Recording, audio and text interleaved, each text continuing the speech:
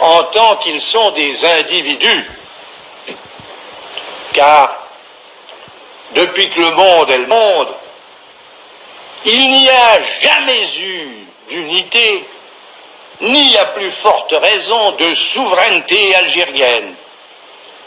Carthaginois, Romains, Vandales, Byzantins, Arabes de Syrie, Arabes de Cordoue, Turcs, Français, ont tour à tour pénétré le pays, sans qu'à aucun moment et d'aucune façon il y ait eu un État algérien.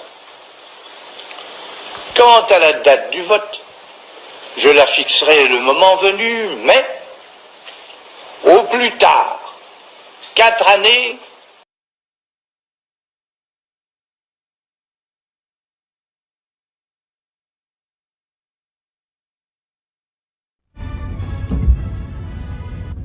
Sire, c'est de l'évolution. Attache la France au Maroc depuis beaucoup de siècles, et surtout dans celui-ci. Vous savez en particulier à quel point nous est chère et respectée la mémoire de votre illustre père, le roi Mohamed V, et combien vous-même êtes chez nous honoré et populaire. Ici, vous êtes, sire, par excellence, le bienvenu. Vive le Maroc!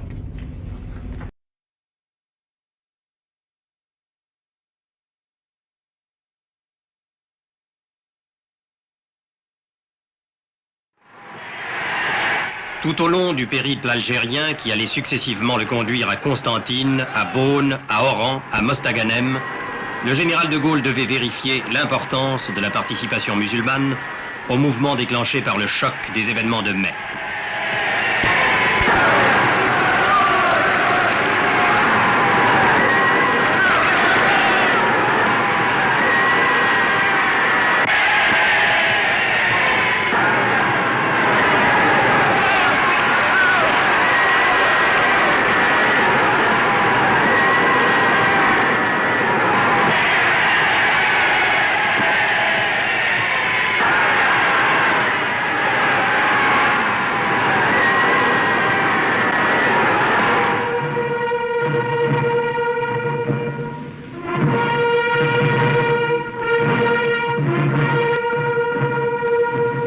Un émouvant dialogue s'était engagé entre un homme et une foule, animés d'une estime réciproque, décidés l'un et l'autre à rechercher les moyens de régler enfin tout ce qui reste à régler dans ce pays.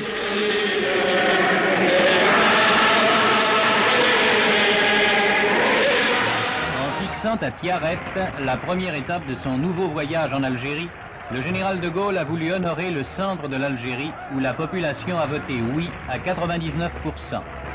Et la cité de 25 000 habitants a fait au chef du gouvernement une ovation elle aussi unanime.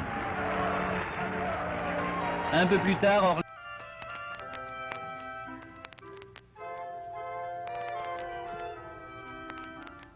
Ce matin, le général de Gaulle et sa suite gagnaient la sous-préfecture de Renault à 50 km au sud-ouest d'Orléansville. Il était précédé par toutes les personnalités qui l'attendaient sur la place d'Armes. Les généraux Gambiès, de Cantarec, de Saint-Hilaire, Martin et l'amiral Clerville. À 8h30, l'alouette du président de la République arrivait au-dessus de la place d'Armes.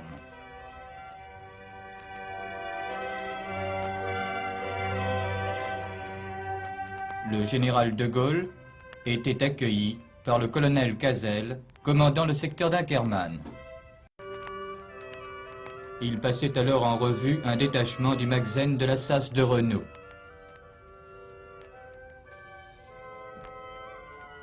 Toute la population s'était groupée pour voir le général qui, là, comme à Saïda, comme à Melhab, serrait sans trêve des mains amicales et confiantes.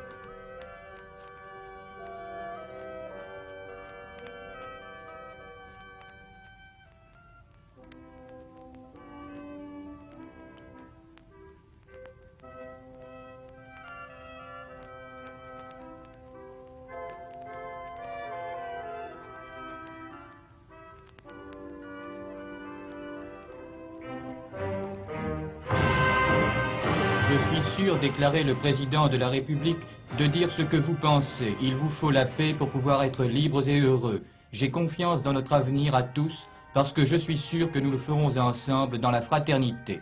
Vive l'Algérie, vive la France. Merci, merci, merci, merci.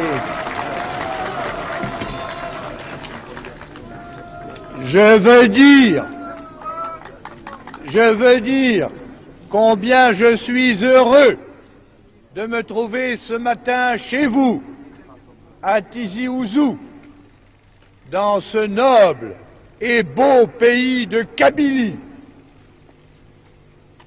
Tous, nous sentons combien, après tant d'épreuves, vive la Kabylie et vive la France! Et Saïda, cela a été la troisième étape du voyage que vient de commencer en Algérie le général de Gaulle. D'ailleurs, le général de Gaulle, que voici, il arrive. Donc c'est la troisième étape de ce voyage que commence le général de Gaulle en Algérie. Après s'être posé à Thierville, il a rendu visite à Berthelot, un lieu où existe un centre de regroupement particulièrement moderne, particulièrement bien monté, et le voici à son arrivée ce matin à Saïda.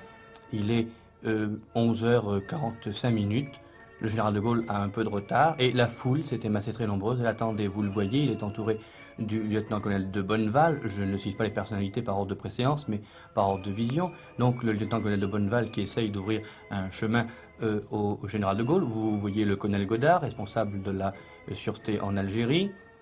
Tout à l'heure, vous pourrez voir sans doute M. Paul Delouvrier, délégué général du gouvernement en Algérie, le général Chal, commandant en chef, et le général Gambiez, qui est responsable militaire de toute l'Oranie, du groupe département de l'Oranie. Voici bien une petite fille qui s'approche, elle n'a pas peur, elle ne pense pas au protocole, elle pense simplement à dire bonjour au chef de l'État, et cela... L'avenir de l'Algérie, où est-il? Il est entre vos mains, vous autres Algériens, de quelque communauté que vous soyez. C'est à vous de faire l'Algérie nouvelle, l'Algérie de demain. Dans cette Algérie, et en particulier dans cette ville de Tlemcen, qu'il appartient de prendre des responsabilités algériennes, que c'est elle qu'il appartient de prendre des responsabilités que vous vous accordiez et que vous coopérez. Et je crois que pour bâtir votre Algérie de demain...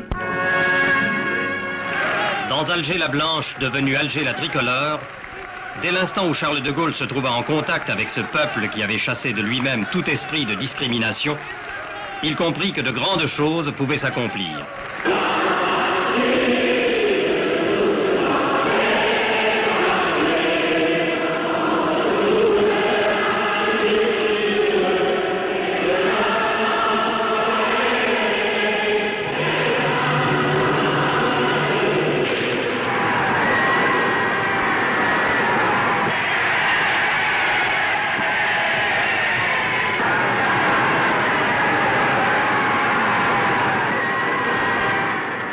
La France considère que dans toute l'Algérie, il n'y a qu'une seule catégorie d'habitants.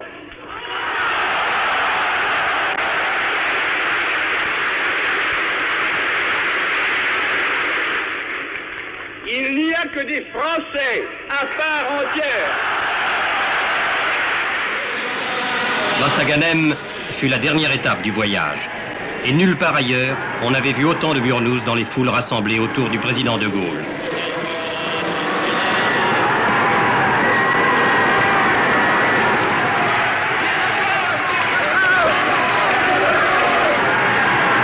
Je porte, a dit de Gaulle, une des plus lourdes responsabilités de l'histoire. Cependant, partout en Algérie, l'unanimité fut telle que la formule désormais célèbre « 10 millions de Français » devenait un but accessible. 10 millions de Français.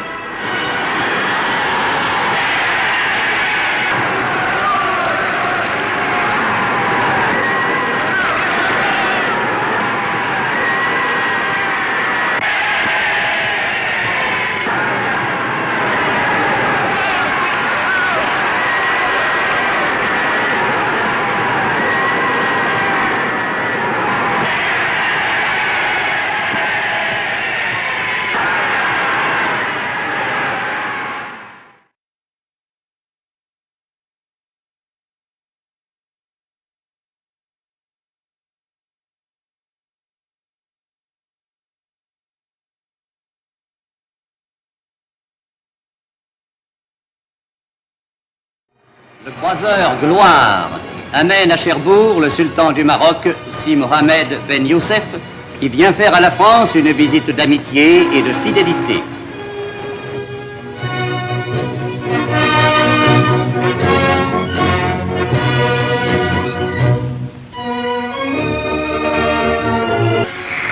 Oui, dans la gare du Bois de Boulogne, où aucun train n'est entré depuis la visite historique des souverains britanniques, le général de Gaulle vient accueillir l'hôte de Paris.